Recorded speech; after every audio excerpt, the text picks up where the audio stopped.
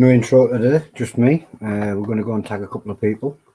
The reason there's no intro, there's no challenge. 2 seconds while I go and do the tag. Oh, Facebook's playing up again. Always chooses great times like that. Where is it? I'll tell you what, I'll go and find Grandpa Nuke and he can tag for me because he's better at it.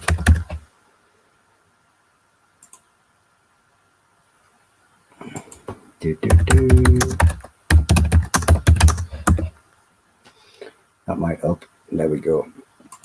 So let's get on with what we were doing. There we go, he's there. Every weekend we send out our very own spice freak, Coran Sloss, or should I say Professor Coran Sloss, the spice freak, out into the world to go and see if he can find something unusual that we might not have seen before. This is like no other week. We've got him back again. And there he is.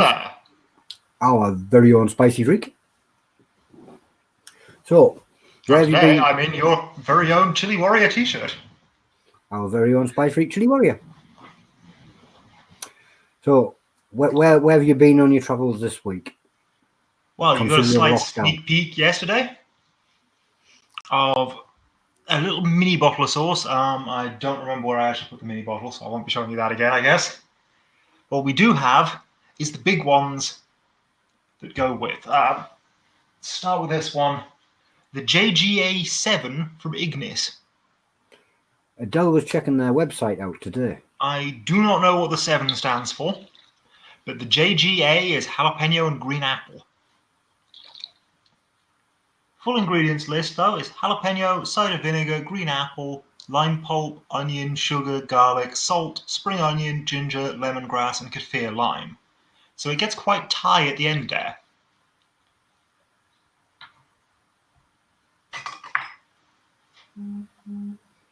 Whenever I see green sauces, I'm a little bit of a noob to green sauces because I have this hatred of them. What type of food would you put that with? Well, this one might not be for you then, because it's got a very strong aged green chili flavour to it.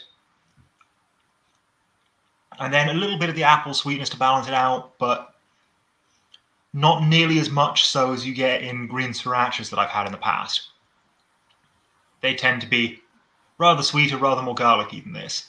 This is going to go with your pizzas, especially your pepperoni ones. That bit of meatiness pairs really well with green, I find. And it's going to go well on burgers, that sort of thing. God, there was somewhere else I had in mind for it, but I've completely lost it now. But yeah, noodles sounds pretty good. And yeah, that slight Thai vibe means that it's going to go very well with Thai food. But also, there's not enough of it to stop it working with where you'd normally put an aged jalapeno thing like this. Oh yeah, I remember where the other one was now. Specifically, I like aged jalapeno sauces like my green srirachas and stuff on a samosa, which, you know, I don't get that many of these days because I can't leave the house. I can't justify leaving the house just for samosas, but anytime I do go to the local supermarkets, several of them are Indian, so got to pick up a few for lunch, you know? And this will go very nicely on them. Do you reckon it would go well with, you know, the little mini spring rolls that you often get given free at the Chinese? Could do. You reckon it just mopping some up round the ball? Could do. Then let's see, second one of the Ignis sauces. We have their HPPM, which is jalapeno, no, sorry, not jalapeno, what am I saying? Habanero, pineapple, passion fruit, and mango. Again, like this one, aged for a full 3 months, and yeah, you can tell from the colour that this is red habaneros, not orange, which is interesting with the fruit, because normally you'd expect the fruit to go with more of a orange habanero sauce. And this one, you can sort of get the fruit there. They do provide some quite nice sort of slightly acidic but sweet fruity undertones to it. but it's also very red peppery in that sort of floral peppery way, similar to how the Scotch bonnet was yesterday. It's not really what I like in a red pepper sauce, but if you like that more floral pepper quality, that might be your thing. And yeah, you can hear. It's called my throat.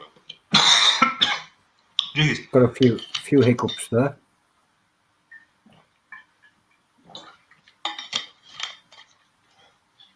Yeah, that wasn't good. Not sure what happened there. Sorry, guys. That one seemed to have came with a bit of a kick to the throat. Only at the end there. I was fine with most of it. The final one from them is the CNC9, which is chocolate nougat and chocolate.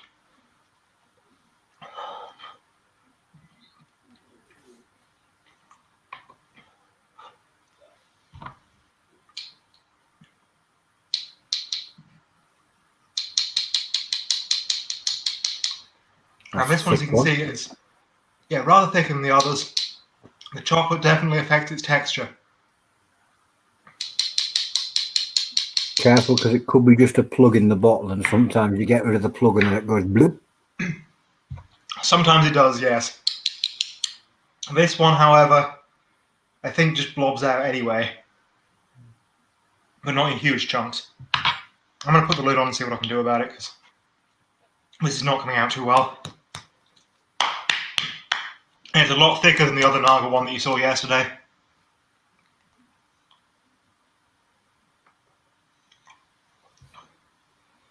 I do finish bottles, and I'll show you that a bottle that I've finished in just a second. But a lot of these bottles also, I do have a lot of open bottles. So that's what I'm getting out for now, which is probably for the best, given how the last one hit me kind of funny. But you can already kind of see that this is glossier than all the others. And a little bit browner. It's a really rich, reddy brown kind of colour to it. And you get that richness of the chocolate, you get that smoothness from the chocolate. You don't get the sweetness from the chocolate. This is very much a savoury chili flavour, and it's got that sort of earthiness from the chocolate pepper, and it's also got that slight oliviness that they mentioned in their other Naga one, which is interesting. I don't think there's actually any olive in here. No, chocolate Naga peppers, white wine vinegar, figs, single origin Bolivian chocolate, red onion, sugar, salt, and black garlic. Figs and chocolate in the same sauce. Yeah, I'm not getting the fig that much, but I'm definitely getting the Naga, I'm definitely getting the chocolate. And this is the sort of thing that's, to me, that is a perfect con carne sauce.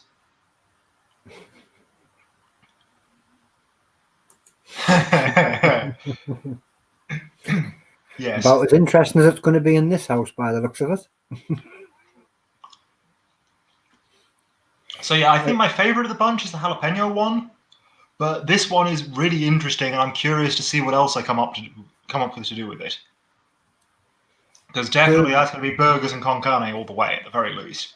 I was going to say the last one, the one with the chocolate in. As soon as you mentioned chili con carne, that's exactly what I was thinking. Something just, when your chili con carne just doesn't have that oomph. Bit of that in and away you go. Because I put chocolate in my chili con carne anyway. Yeah, likewise. You put chocolate in chili con carne? I get 100%. I was just surprised me daughter, she didn't know that. You put chocolate in my chili con carne?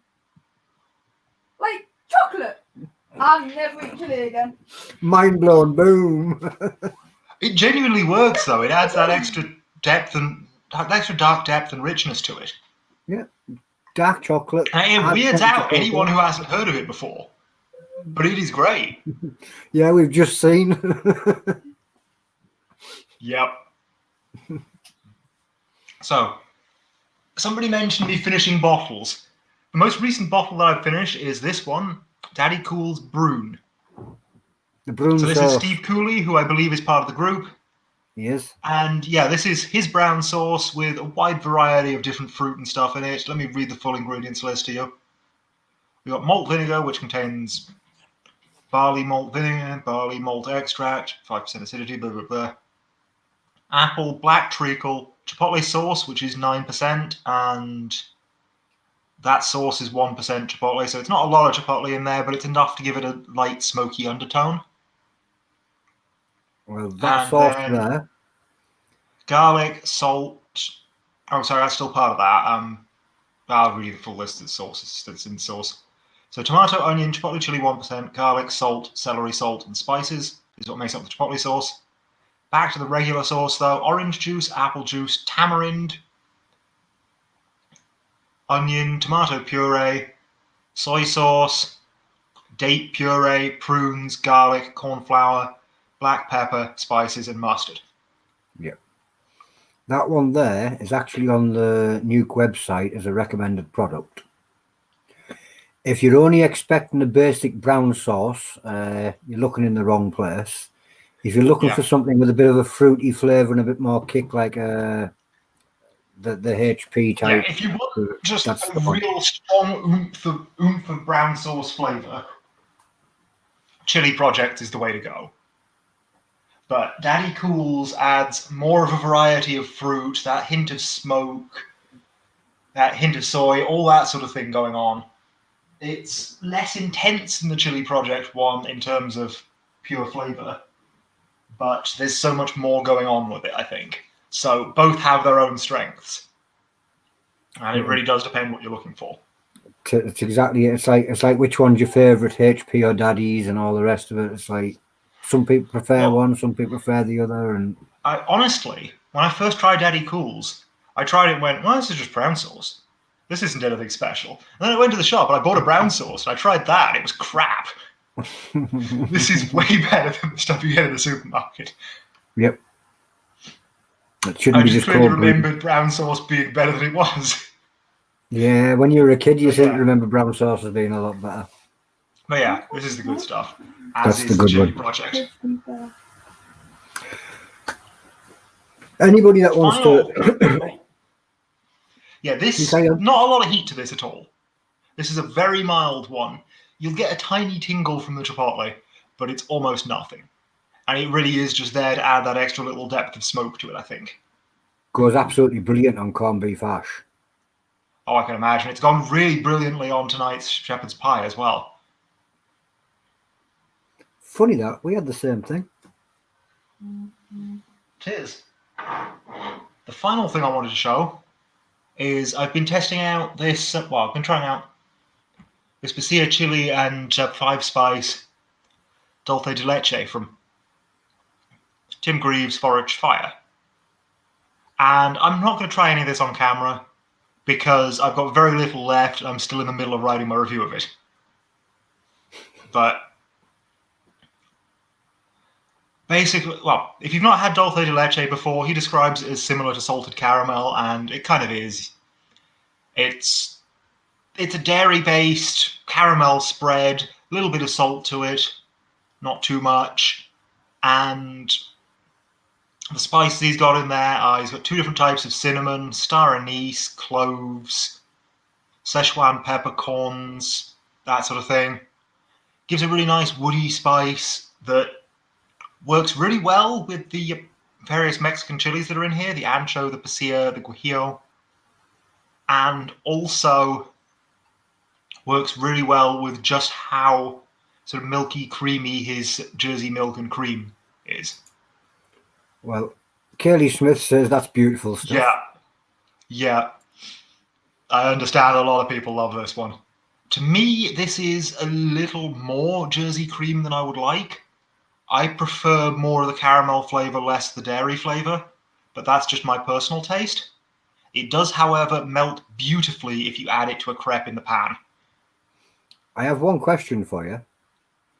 Going off how much is left in that jar, why is your review not written yet? You can't have taken that far down to finish. I may have got a bit carried away with the tasting. Just a little bit. Yeah. It's good stuff, that. So yeah, those are the main things I've had this week. I have also had a couple testers from Tom Sauce's Curious Sauces, whatever he's calling himself these days, but probably can't say much about those because these are samples for possible future products that I don't think he's actually doing anymore. So they're not something you can get hold of. And I think that's all I've got to talk about this week. Anybody that is wanting to get their hands on, Oh, you found Ignis, yes. there's the Ignis website. Ignis-source.co.uk. And you can see they all look pretty similar in the range as in the label wise. Yeah. They all have these codes on them. Yeah, the names do feel sort of almost clinical. They do, don't they? Like a vaccine. Yeah. Dell was looking at them today, so we might have to check those out as well. How do I take that one back Yeah, off? the nougat's not bad, but I think it's the jalapeno and the chocolate that are my favourites from the range. The chocolate one was the one I was a little bit interested in because, like you said, might go into chili con carne when it's just not quite right. It was good to see that Minnie didn't know that for all these years we've been slipping chocolate in the chili con carne. It's weird. Really freaked her out, that one. So, we got a question from Patrick Weiss here of how long I've been growing my hair. The back has only ever been trimmed to tidy it up from time to time. It's never actually been properly cut. The rest of my hair, however, I normally get it cut sort of every 6 months or so, and I was just due for a haircut when the first lockdown hit. So, Bad luck. yeah, about a year and a half I've been growing this, and it now comes down to my mouth. I'll be knackered next haircut I need because we've broken my shears. I usually just buzz it off. Oh, jeez. They're broken now. So what you get for My using your family's head been shears for trying to shaving cut your mine, face? but I don't trust them to leave the back intact. Well, it's that. If you've got nothing else you'd like to show us, nobody's got any more questions. No, I think that's about it. Anybody have more questions? Good question. Patrick never realised how long your hair was. It's because it's usually tucked around the back. I like this comment from Alex Beams here. Jim puts stuff like essence of owl hoot in his stuff, things that you just can't get. Oh yeah, I see it. Yeah, now. speaking of such, the real weird ingredient in this one for me is fennel pollen. It's what? This means he's fennel pollen, as in he's gone and found fennel plants and extracted the pollen straight from them. It's a very unusual ingredient. Yep. So that's the weird one for this. He's also got cassia bark and Ceylon cinnamon. Cassia is what's normally sold as cinnamon. Ceylon cinnamon is the Sri Lankan tree that has similar properties but isn't actually related to it, and is considered to be the original cinnamon. So There you go. I didn't know there was a difference. I find cassia is a bit more woody, a bit more sort of deep and earthy, whereas the Ceylon one is a bit lighter. But I didn't even know there was a difference, me. there you go. I've Bees got a- whip their legs into the jar. What? Oh, wipes. That makes more sense. Yeah, probably. That's probably the more efficient way of collecting fennel pollen, but you do have to train bees for that, which, that's a long-term investment. He's got them all trained to just go back to the jar and drop the pollen off. Yeah, it is good stuff with a cup of hot chocolate. I did try that. That was good. Wasp milk and doe eyelash. Sounds more I like can't witchcraft, imagine doe doesn't it? eyelash tasting very good. It's not a sauce recipe, it's witchcraft. Yeah, at that point. Depending on what it entails, I could eat witchcraft. I might be interested. I did try to look into getting some spider venom, but Yeah, it turns out that's not the easiest thing to do. I can imagine it's not, because of the things that you could have intentions of doing with it. There's a place in the US that makes cocktails with it. Fair enough. I'm Just assuming float a bit drinking of it. spider venom in the cocktail and your tongue goes numb. I'm pretty sure drinking it would have a pretty much different effect of some idiot jabbing you with it. Oh, absolutely. That's why you can't buy it. Probably. But you can buy spider venom hot sauce, but it doesn't come with spider venom in it. And what's the point at that point? Then you've got to get your own spider venom, and where's going to sell that? Well, you could always collect spiders. Yeah, I could always get pet spiders just to milk them for venom. I'm sure that's not right. Milk a couple of spiders. That's morally We're giving Tim questionable at Greaves best. ideas here, so you best stop now. Next sauce coming up, spider venom included.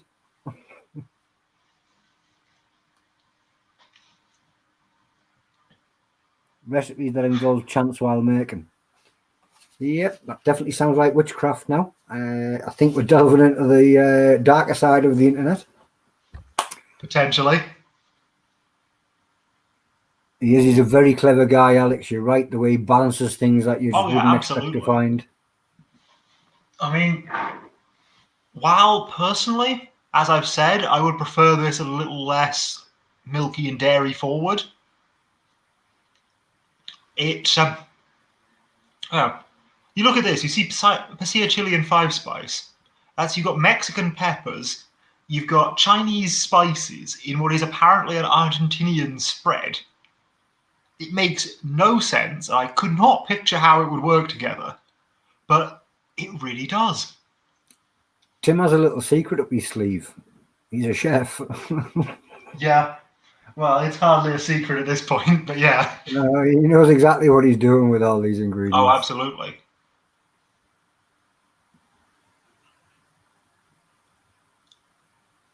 Coran Parker, check your ceilings. Nah, my ceiling's spider-free.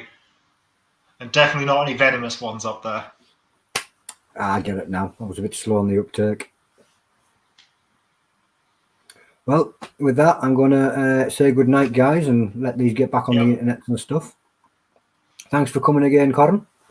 No problem. See you again next everybody. week. Well, Del was checking that website out this morning, so hopefully she's going to get her hands on some of those, and she'll let you know what she thinks of them too. Well, I've told you which are my favourite, and I've had about 5. Yeah, I think I've had 5 of the 6 that they do now. Actually, let me quickly look at the website and see which one I haven't had. There you go. Oh, here we go. What's the FF? So top left. Oh, there it is. Cayenne-based hot sauce for buffalo wings. Then why is it FF? That's a bit strange, that one, because the others seem to have a... Yeah, the letters all stand for something. Habanero and... Yeah. Maybe it was the first sauce.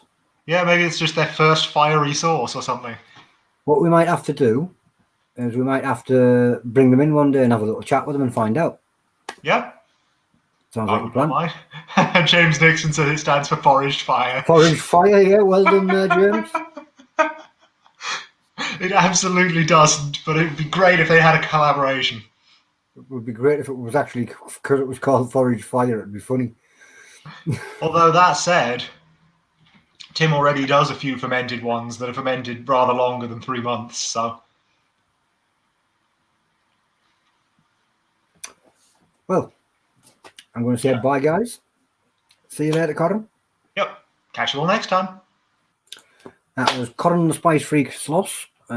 He's got his own YouTube channel as well. Check it out. He does reviews and stuff on there. He's also got his own blog. And if you've got a product, hit him up. He'll get you a review. That was New Chilli-heads. I was Lucifer's son. And I'm out of here. Bye, guys.